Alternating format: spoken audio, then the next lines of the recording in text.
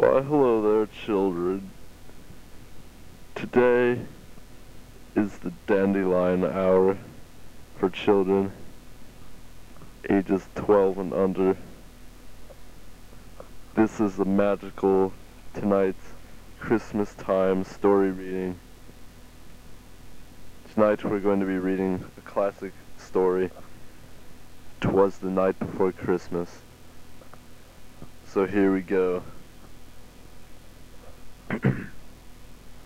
'Twas the night before Christmas, and Santa was celebrating at the North Pole with his elves, for they had just gotten finished making all of the toys for this year's Christmas. It was time to deliver the presents to all the good little boys and girls. "Oh, oh, oh," said old Santa Claus, as he gathered all of his reindeer, checked the jingling jingle bells, and grabbed his big, sweaty sack, which was filled with all of the toys for the children of the world. Santa threw back a few glasses of eggnog for the road and set off on his magical quest to make yet another Christmas quite merry.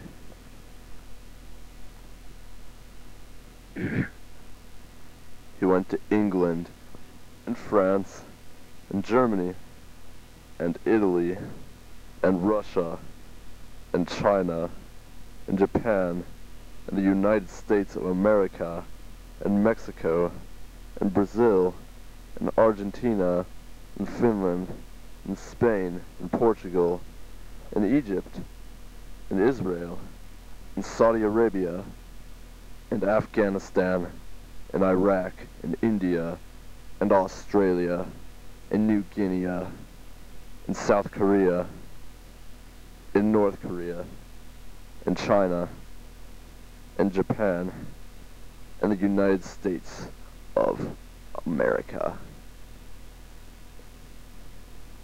In the dead of night, Santa had traveled to every single country of the world to give presents, except for one: Canada. Santa decided to take a break for a little while. He landed his sleigh in the parking lot of a local truck stop diner in Canada, and he left his reindeer aside. Santa Claus took off his red clothes so nobody would recognize him.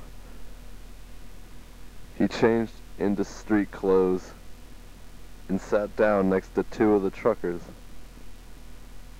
One had a hat on, big glasses, and a missing tooth. The other one had a bald head, suspenders, combat boots, and pink fairy wings. Santa peered over into the eye of one of the truckers. "Wanna know where a good place to drink is?" asked Santa. The two men took Santa to a rowdy pub across the street from the diner. Santa Claus filled his belly with many, many shots of eggnog.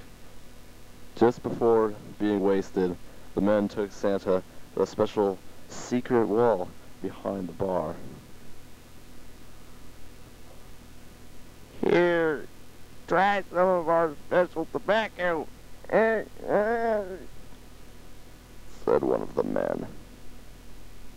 It was marijuana. Santa Claus smoked profuse amounts of the pot.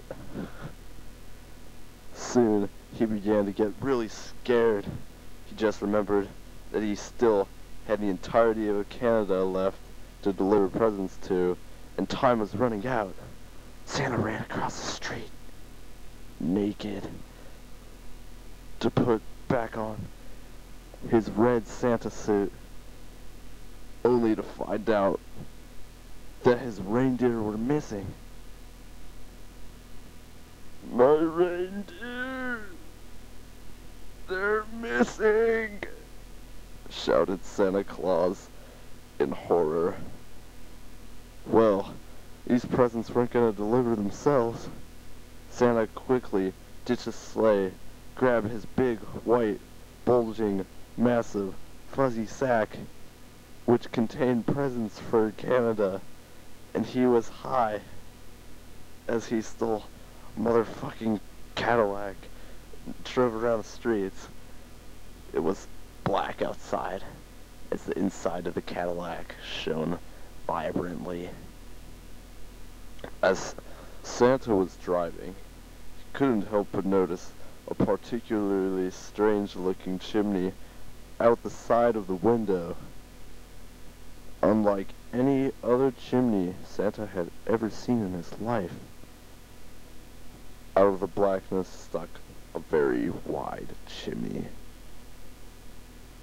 It was peach, and it even kind of looked like a peach. When Santa went closer to inspect this chimney, he also noticed that it was very wide, and it was colored peach, and it looked like a peach. There was also smoke coming out of a crack in the chimney. Maybe it was dangerous to go inside. The entrance was a very small hole.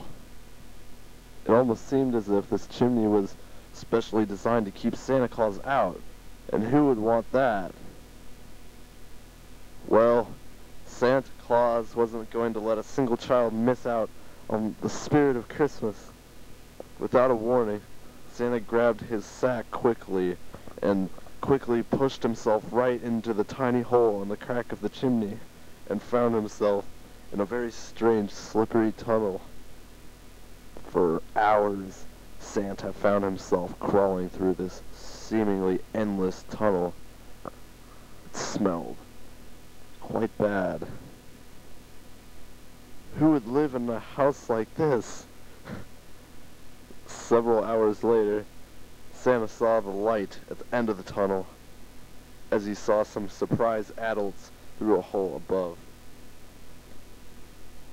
Right before he could stick his hand out of the hole at the end of the tunnel, suddenly a driving force caused Santa to be pushed all the way he came in this tunnel, all the way back. Santa, now at the end of his rope, on December 25th of 2011, this year, awoke to only find himself inside of a small pond of pearly white, surrounded by cold water. Surely he was in the North Pole again? But what happened to the children of Canada? Santa looked below himself and noticed he was surrounded by feces and standing in the middle of a whirlpool. He cried as he was surrounded by the poop. Merry Christmas, you little shit.